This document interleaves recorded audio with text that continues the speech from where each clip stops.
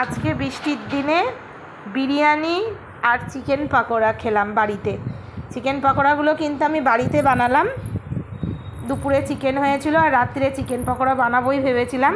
আর বিরিয়ানিটা হচ্ছে আমাদের এখানে দাদা বৌদি খুব ফেমাস, বিখ্যাত, সেই দাদা বৌদির বিরিয়ানি আনলাম। আর সাথে নিলাম একটু টমেটো সস আর একটু সোয়া সস। আর দুপুরের চিকেন 1 পিস করে নিয়ে নিলাম। এদিকে হচ্ছে রাত্রিরে ঝমঝমিয়ে বৃষ্টি আর দুর্দান্ত খাবারের আইটেম, ওদেরকেও দিয়ে দিলাম খেতে, আর সাথে আমিও নিয়ে বসে পড়লাম। চিকেন পকোড়াগুলো যা টেস্ট হয়েছে, দুর্দান্ত খেতে হয়েছে, দুর্দান্ত, একদম নরম। আর বিরিয়ানির তো সেই স্বাদ।